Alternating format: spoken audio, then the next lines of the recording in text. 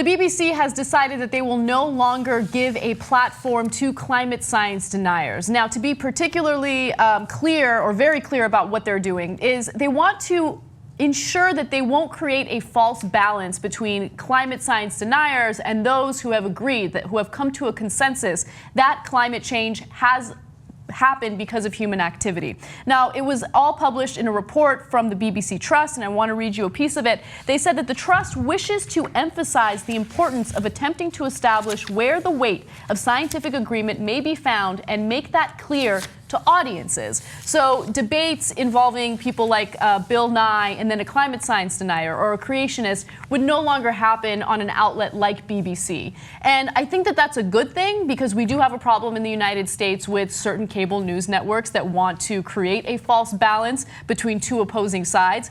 As a journalist, as a news source that's supposed to give the audience facts about a particular case, you're supposed to be honest. You're supposed to do fact-checking. So having some climate science denier on with someone who is actually well-trained and knows what's really going on with the environment doesn't really make sense, especially if you treat them as equals.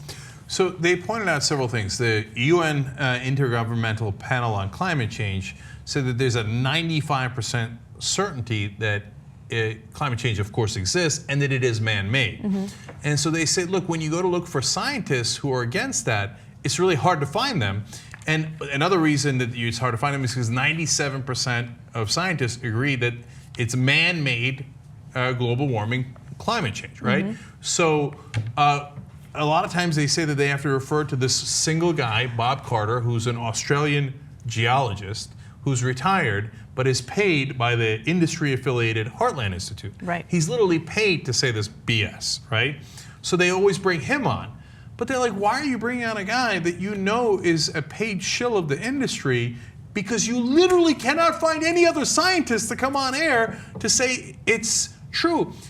You also couldn't find a scientist to come on air and to say the world is flat. You should stop looking. Yeah, I mean, look, there's this ridiculous obsession with being fair and balanced. And, you know, being objective and being neutral are two completely different things, right? You want to ensure that you're giving the audience the facts. And so if someone is already corrupted by corporate money, it doesn't make sense. It doesn't lead to journalistic integrity to invite that person on a program and share their point of view. They've been corrupted by money. So I love that they're coming out and they're saying this. Hopefully this type of ideology will spread across all news outlets and they'll do the same thing, but who knows?